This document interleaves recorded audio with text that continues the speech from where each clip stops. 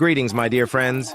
If today's joke gave you a chuckle, don't forget to subscribe. It's free, and it'll make us even closer as friends. Hank entered his Harley in the town parade, proud as can be. Betty muttered, "You in a parade? The last time you were in one, the float caught fire." As the parade started, Hank revved his engine too hard, scaring the marching band. Trombone players scattered, and a tuba rolled into the crowd. Betty yelled, "Look, Hank, you're officially a one-man demolition derby." The announcer tried to save face.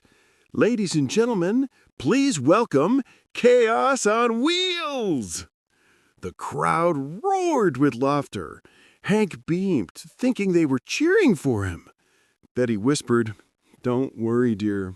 You finally became famous, just not for the reason you wanted." A man was on an airplane and waiting for the men's toilet. After half an hour, the flight attendant offered him to use the ladies' toilet as long as he didn't touch the buttons on the wall. Finally, sitting on the toilet, he noticed the buttons on the wall next to him. He couldn't resist and pressed on the first one. Water started spraying from the toilet, cleaning his backside. He was so amazed by that he pushed the second button. Then it was hot air that came out of the toilet, drying his backside. Astonished by this, he pressed the third button. Powder popped out, leaving his buttocks soft and smelling good. He finally looked at the last button.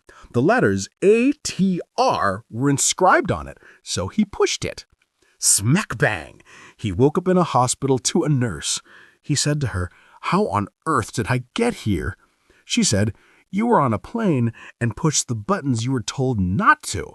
And the ATR button stands for automatic tampon remover. And by the way, your penis is in a jar beside the bed."